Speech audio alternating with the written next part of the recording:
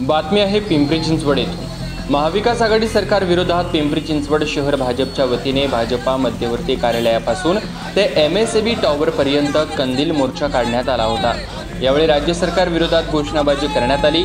गेले काही दिवसांपासून महाराष्ट्र शासनाने भारनियमन सुरू केले आहेत। यामध्ये छोटे मोठे उद्योजक यांना मोठा फटका बसत आहे। ग्रामीण भागामध्ये शेतकऱ्यांना त्यांच्या पिकाला भारनियमनामुळे वेळेवर पाणी न देता आल्यामुळे पिकांचे खूप मोठ्या प्रमाणात नुकसान होत आहे, असे आंदोलक भाजपच्या कार्यकर्त्यांनी आपल्या मनोगतात सांगितले। हे कंदील आंदोलन भाजपा शहराध्यक्ष तथा भोसरीचे आमदार महेश लांडगे यांच्या नेतृत्वाखाली करण्यात आले।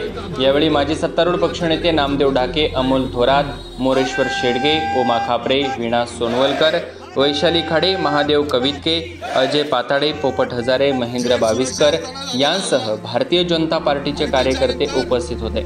याच बातमीचा प्रत्यक्ष आढावा घेतलाय आमचे प्रतिनिधी भानुदास शिवराळे यांनी। पाहूया। या शहरात राहणारा प्रत्येक कामगार, व्यावसायिक, प्रत्येक उद्योजक, मग त्यानंतर या शहरात राहणारी माझी प्रत्येक माता भगिनी असेल, जी घर काम करत असेल, जी ऑफिसमध्ये काम करत असेल, आपलं काम उरकून घरी येऊन घरचं काम करत असेल। 2 वर्षात आपली मुलं सगळी घरीच होती।